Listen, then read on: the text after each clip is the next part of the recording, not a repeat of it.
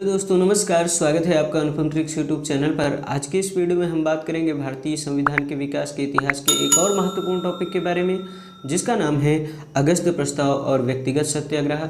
हम जानेंगे इस वीडियो में, हम आपको बताएंगे कि अगस्त प्रस्ताव क्या है, अगस्त प्रस्ताव लाने का कारण क्या रहा, इस समय वाइसराय कौन था, अगस्त प्रस्ताव की प्रमुख बातें क्या क्या रहीं, इन सारे बिंदुओं पर हम बात करेंगे।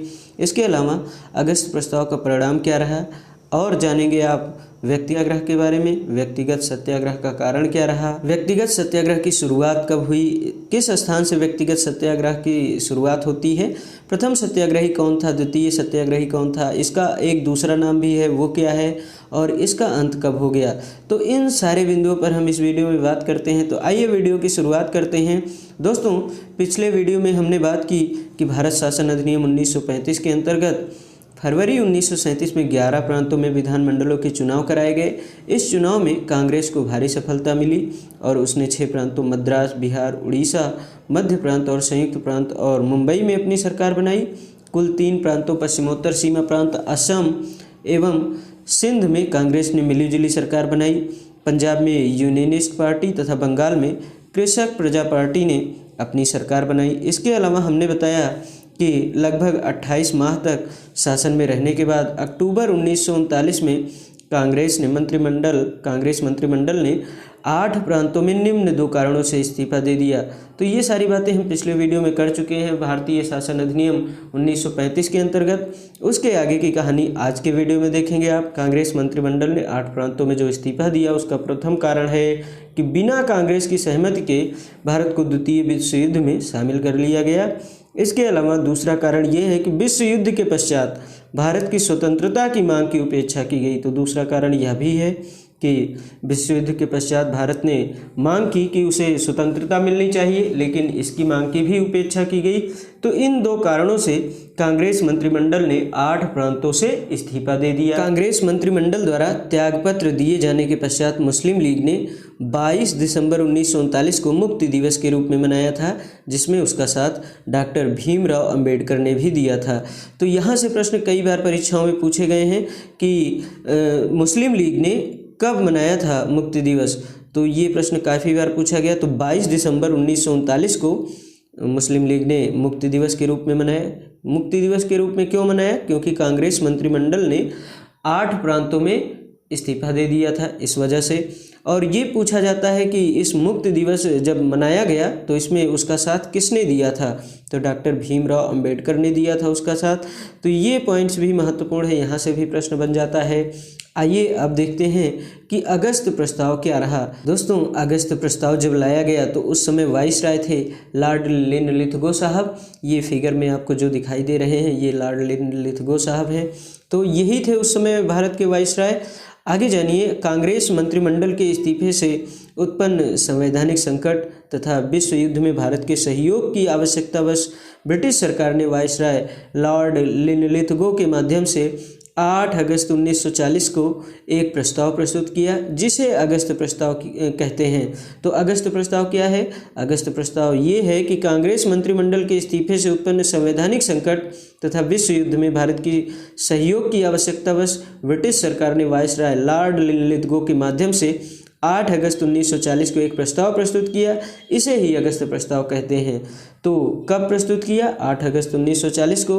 और महत्वपूर्ण बातें इस समय की क्या रहीं, क्या हुआ? यह प्रस्ताव कांग्रेस द्वारा ब्रिटेन से भारत की स्वतंत्रता के लक्ष्य को लेकर पूछे गए सवाल के जवाब में लाया गया था। तो इस बात को भी याद रखें, क्यों लाया गया? तो कांग्रेस द्वारा ब्रिटेन से भारत की स्वतंत्रता के लक्ष्य को लेकर पूछे गए सवाल के जवाब में लाया गया।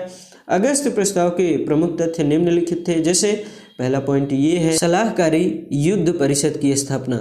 युद्ध संबंधी विषयों पर विचार हेतु युद्ध परामर्श समिति का गठन किया जाएगा, इसका एक महत्वपूर्ण पॉइंट ये है। दूसरा पॉइंट ये है कि युद्ध के पश्चात भारत के संविधान निर्माण के लिए विभिन्न भारतीय दलों के प्रतिनिधियों की एक सभा बुलाकर उनके साथ संवैधानिक विकास पर विचार किया जाएगा। ये दूसरा महत्वपूर्ण पॉइंट है। इसके अलावा अगस्त प्रस्ताव का तीसरा महत्वपूर्ण पॉइंट ये है कि अतिशीघ्र वायसराय की सलाहकारी काउंसिल के विस्तार के साथ ही कार्यकारिणी में भारतीय प्रतिनिधियों की संख्या को बढ़ाया जाएगा। ये तीसरा पॉइंट है। चौथा महत्वपूर्ण पॉइंट ये है कि इस प्रस्ताव में यह कहा गया कि भारत का संविधान बनाना भारतीयों का अपना अधिकार है और युद्ध समाप्ति पर भारत में औपनिवेशिक स्वराज स्थापित किया जाएगा, डोमेनियन स्टेट स्थापित किया जाएगा। ये अगस्त प्रस्ताव की 4 महत्वपूर्ण बातें रहीं। मुस्लिम लीग ने अगस्त प्रस्ताव के उस भाग का स्वागत किया जिसमें यह कहा गया कि भावी संविधान उनकी अनुमति अर्थात मुस्लिम लीग की अनुमति से ही बनेगा। कुल मिलाकर कांग्रेस एवं मुस्लिम लीग दोनों ने इस पर असंतोष व्यक्त किया। अब आगे देखते हैं। 3 सितंबर 1939 को तत्कालीन वायसराय लॉर्ड लिनलिथगो ने यह घोषणा की कि भारत भी द्वितीय विश्व युद्ध में सम्मिलित है। वायसराय ने इस घोषणा से पूर्व किसी भी राजनीतिक दल से परामर्श नहीं किया। इससे कांग्रेस असंतुष्ट हो गई। अब असंतुष्ट हो गई तो उसके आगे की कहानी क्या है, आगे देखते हैं। कांग्रेस ने गांधी जी के नेतृत्व में युद्ध के विरोध तथा युद्ध से अपने को अलग साबित करने के लिए व्यक्तिगत सत्याग्रह आरंभ कर दिया। अब आगे देखते हैं कि व्यक्तिगत सत्याग्रह है क्या। व्यक्तिगत सत्याग्रह से जो प्रश्न पूछे जाते हैं उसमें 3 लोगों का महत्वपूर्ण योगदान है। व्यक्तिगत सत्याग्रह से जुड़े हुए सारे तथ्य इन्हीं से रिलेटेड रहेंगे। सबसे पहले तो हैं गांधी जी, यही नेतृत्व करते हैं। दूसरा है विनोबा भावे और तीसरे व्यक्ति जो महत्वपूर्ण हैं वो हैं गुलाब वाले चाचा अर्थात पंडित जवाहरलाल नेहरू जी। इन्हीं से जुड़े हुए तथ्य परीक्षाओं में पूछे जाते हैं। तो आइए देखते हैं। महात्मा गांधी ने ब्रिटिश सरकार की युद्ध नीति का विरोध करने के लिए 17 अक्टूबर 1940 को पवनार आश्रम महाराष्ट्र से अहिंसात्मक व्यक्तिगत सत्याग्रह आरंभ किया। तो प्रश्न बनेगा कि महात्मा गांधी ने ब्रिटिश सरकार की युद्ध नीति का विरोध करने के लिए कहाँ से अहिंसात्मक व्यक्तिगत सत्याग्रह आरंभ किया? तो पवनार आश्रम महाराष्ट्र से। कब किया? 17 अक्टूबर 1940 को किया। तो ये प्रश्न परीक्षाओं में कई बार पूछे गए हैं, आगे भी इनके पूछे जाने की पूरी संभावना है। आगे देखिए, इस सत्याग्रह में महात्मा गांधी के द्वारा चुना हुआ सत्याग्रही पूर्व निर्धारित स्थान पर भाषण देकर गिरफ्तारी देता था। भाषण से पूर्व सत्याग्रही अपने सत्याग्रह की सूचना जिला मजिस्ट्रेट को भी देता था। इसके प्रथम सत्याग्रही आचार्य विनोबा भावे थे तथा दूसरे सत्याग्रही जवाहरलाल नेहरू थे। तो इन सारी बातों को याद रखें। आगे जानते हैं प्रथम सत्याग्रही अर्थात विनोबा भावे के बारे में। जैसा कि हमने बताया कि प्रथम सत्याग्रही आचार्य विनोबा भावे थे। ये फिगर में जो दिख रहे हैं ये आचार्य विनोबा भावे जी हैं। 11 अक्टूबर 1940 को गांधी जी द्वारा व्यक्तिगत सत्याग्रह के प्रथम सत्याग्रही के तौर पर विनोबा भावे को चुना गया। प्रसिद्धि की चाहत से दूर विनोबा भावे इस सत्याग्रह के कारण बेहद मशहूर हो गए। उनको गांव-गांव में युद्ध विरोधी तकरीर करते हुए आगे बढ़ते चले जाना था। ब्रिटिश सरकार द्वारा 21 अक्टूबर को विनोबा भावे को गिरफ्तार कर लिया गया। 21 अक्टूबर 1940 को विनोबा भावे जी गिरफ्तार हो गए।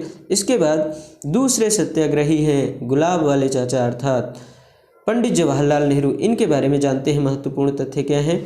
पंडित जवाहरलाल नेहरू के अनुसार व्यक्तिगत सत्याग्रह 7 नवंबर 1940 को शुरू होना था, परंतु 31 अक्टूबर 1940 को ही उन्हें गिरफ्तार कर लिया गया। अब जब चाचा जी गिरफ्तार हो गए, इसी सिलसिले में 17 नवंबर 1940 को सरदार पटेल भी गिरफ्तार कर लिए गए। इसके बाद कांग्रेस ने व्यक्तिगत सत्याग्रह को अपना कार्यक्रम बनाया और गिरफ्तारियां देने का एक आंदोलन सा चला दिया। गांधी जी स्वयं गिरफ्तार नहीं हुए क्योंकि वह इस आंदोलन की व्यवस्था में लगे हुए थे।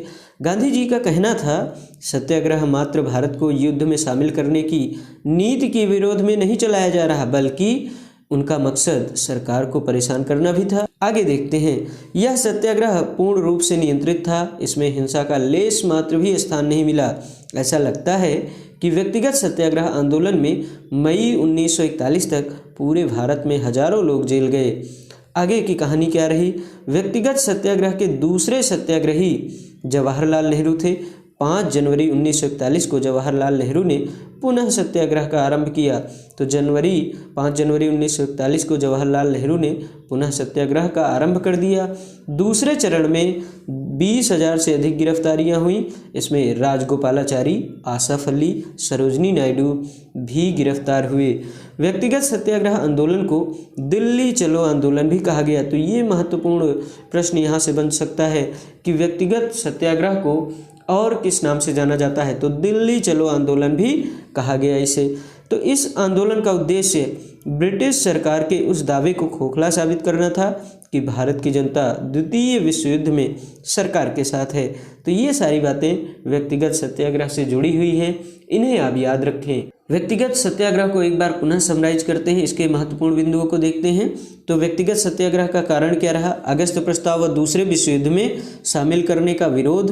भारत को दूसरे विश्व युद्ध में शामिल किया गया, इसका विरोध करने के लिए व्यक्तिगत सत्याग्रह चलाया गया। इसके अलावा व्यक्तिगत सत्याग्रह का प्रारंभ 17 अक्टूबर 1940 को पवनार आश्रम महाराष्ट्र से हुआ। तो ये महत्वपूर्ण बिंदु है। इसके प्रथम सत्याग्रही आचार्य विनोबा भावे थे। तो ये प्रश्न कई बार परीक्षाओं में पूछा गया। सत्याग्रह का पुनः प्रारंभ 5 जनवरी 1941 को हो जाता है। इसके अलावा जो महत्वपूर्ण बिंदु ये है कि इसके द्वितीय सत्याग्रही पंडित जवाहरलाल नेहरू जी हैं। इनसे रिलेटेड प्रश्न कई बार परीक्षाओं में पूछा गया। इसको अन्य किसी नाम से जानते हैं? जी हाँ, इसको दिल्ली चलो आंदोलन के नाम से भी जाना जाता है। व्यक्तिगत सत्याग्रह का अंत जनवरी 1942 में हो गया। तो इन सारी बातों को आप याद रखें, यहाँ से कई बार परीक्षाओं में प्रश्न पूछे गए हैं। तो आज का वीडियो यहीं तक रखते हैं, मिलते हैं अगले वीडियो में। वीडियो देखने के लिए आपका बहुत बहुत धन्यवाद।